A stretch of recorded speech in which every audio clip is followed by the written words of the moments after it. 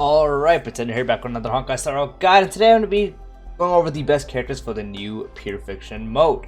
So pretty much I'm just going to be covering what I think is the best characters to run, general team ideas, when to use what buffs, and so on.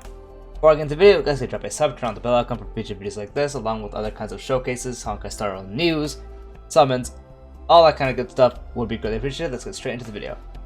As I'll list up right here, the new stage's current overall buff is accumulate the amount of damage dealt by the follow-up attacks by allies. When this damage reaches 100%, deal a set amount of damage to all enemies, implying that this will be greatly usable for follow-up attack characters. As for the extra buffs you can set on the team, the first one, characters' follow-up attacks deal 50% increased damage, and this effect will be triggered one additional time after triggering the main buff. Second one, when ultimate deals damage to an enemy target, it will be considered a follow-up attack. And the third one, when a character hits an enemy with a follow-up attack, all allies' actions are advanced forward by 14%. This effect can only be triggered once for each attack. So, as you can see, this is mainly tailored towards follow-up attack characters, but I also have some non-follow-up attack characters being talked about in this video. Mainly, I will just be talking about what the best characters are, and some general team building ideas. This guide will also mainly be covering the last stage, which will be the first stage being mainly weak to ice and fire, second one imaginary and lightning. So those are the types I will be covering. I won't really be going off that past maybe one character, but yeah, so just wanted to clarify this will be for the fourth and hardest stage. So starting off with the best characters you can use for the first stage, one will be Herta. This is no shocker to anyone. Herta has been dominating Pure Fiction ever since it came out. And this one, especially the fact she does do a follow-up attack and can also deal more damage to enemies that have 50% or higher HP. Herta is definitely a very powerful option. Along with side Herta is Himiko. Himiko is also a very powerful fire follow-up attack character that you can be using, with her follow-up attacks being AoE, being able to hit everyone.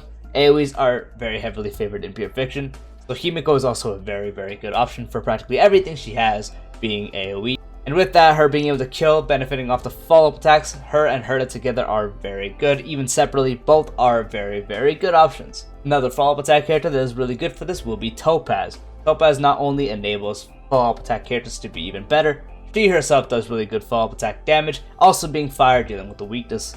So pairing her with other follow-up attack characters such as Himiko or Herta is also a very good option. Her alone is also very good. Trying away from the follow-up attacks, we can also talk about Jinglu. Jinglu is also one of the best DPSs in the game currently. So her also being able to be a blast AoE when she is in her transformed state also makes it to where it is a lot easier to deal with a bunch of enemies. And her practically being able to kill all of them in one fell swoop is also very nice. She doesn't benefit from the follow-up attack stuff in this, but with the help of the ultimate buff where it makes it considered a follow-up attack, she can still be helpful. But she does so much damage to the point that you won't even need a follow-up attack character if you do have a well-built Jinglu, so Jinglu is also a very fantastic option. Moving on to more of the second stage, a follow-up attack character that is imaginary is the free character Dr. Ratio. Obviously he is free, just like Herta, so accessible to everyone. He is really good for this, being one of the hardest single target hitters in the game. Him also being able to apply Wise Man Follies and letting other people trigger his follow-up attacks. Him being able to use a skill to trigger it himself, benefiting from the follow-up attack bonuses. So Dr. Ratio is probably the best follow-up attack option you do have for the second stage, being the only imaginary follow-up attack character we have currently.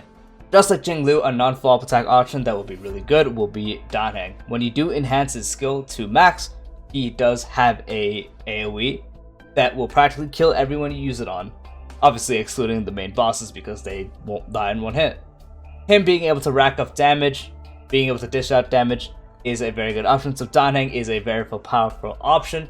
Has the issues of skill points, but that will be discussed later in this video. But again, AoE, his ult hits hard, his basic attack practically is a nuke, and yeah, mainly being AoE, racks up damage, he is a very good option. Moving on to a more dot based thing for the second team, you can indeed run dot with Kafka being lightning. I would only recommend this if you're going to run a full dot-based team. Since she is lightning, she can help with the weakness break such and there, but again, this will be an option if you are running her on a dot-based team.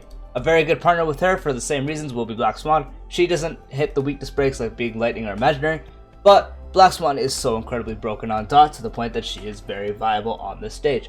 So if you are running a dot team with Kafka, and if you have Black Swan, this is a very powerful option on the second stage for this Pure Fiction rotation. Moving on to the Harmony buffers, the best of the best will be Ruan Mei. She practically works on every and all teams, being very skill point efficient, giving a bunch of things such as weakness break, damage dealt, speed. She does it all. She also does extend weakness break, so when you do inflict a weakness break, her debuff from her ultimate applies, and you can extend that for when they recover. So they recover, boom, nope, they're not recovered yet.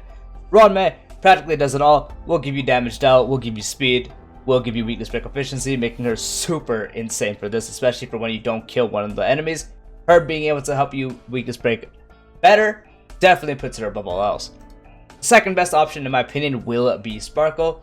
She is the other character that does enable dual DPSs alongside with Ruanmei. Sparkle, with their insane buff to crit damage with her skill, along with a 50% action forward, allows you to dish out even more damage, potentially getting 2 attacks with their DPS off. Her also being on the team solves these skill point issues, because you get 4 skill points from just popping her ult, and she also overcaps your skill points by 2. So she practically makes it to where you can just spam your skills till your heart's content, and you don't have to worry about running out of skill points. She also gives you a bunch of damage dealt, some attack with her bonus ability, and it's very easy to keep uptime on her ultimate. And with what else she does, it allows you to spam her skill herself, letting your DPS be insanely strong in this mode. 2 relatively on the equal side options I'd say is Bronya and Tingyun. Both are good. Tingyun would be better if you are looking for a more skill point efficient alternative, while Bronya will be on the better side if you are not worrying about skill points, because Bronya does allow your DPS to pretty much immediately take action and increase their damage, allowing you to output more damage overall. While Tingyun gives you a damage buff for 3 attacks, giving you all that stuff, and she also does regenerate 50 energy, so helping your main DPS be able to ult more can equal more damage output, but so can Bronya, giving you an extra turn. Moving on to sustains, the best sustain will be Fushuan, because you just need to activate her matrix from her skill once every 3 turns. While that's up, you give your allies 12% crit rate and increase their max HP by 6% of Fushuan's max HP, so all that. With the skill active, you don't have to worry about your teammates dying, because Fushuan will take the damage, reduce the damage they take, and overall just being such a good tank. Her ult also giving a slight bit of heal for when stuff gets ugly. Also being able to dish a little bit of damage is nice cherry on top. She practically does it all for your sustain needs. So overall, she will be the best sustain for this mode. The second best will be Huohuo. I put her over any other healers because she does heal a good amount. She does have her cleanse if needed, but mainly because of her ultimate. She regenerates energy for all allies by an amount equal to 20% of their max respective energy. So with this, you can also have uptime on your DPS's ult more and other ults that you will need, and you also increase their attack by 40% for 2 turns. So just because of this ultimate of her giving energy and giving attack to your entire team is why I put her above all else. And obviously right below her will be Luocha. Luocha, don't have to say much, he just does heal a lot, so you also would practically not have to worry about dying, because he does just heal you to the point where if you're about to get into a bad situation, he can put up his field, you can dish damage while healing it back, or his talent procs and he automatically heals you, or if it gets really bad, you can still just use a skill. So overall, a very good option. Moving on to general team ideas, a very good one could be rocking a double follow-up attack DPS for like a first stage. That would be Herta with Himiko. Your Harmony buffer could be support of Ruanmei or Sparkle. Both of them fit perfectly. You can also use one of these two, but Sparkle or Ruanmei would be better. To stay in stall, I would recommend Fushuan the best because it increases their crit rate, allowing their follow-up attacks to crit more, giving them more HP and all that for more survivability is nice. But any option for the sustain would be fine.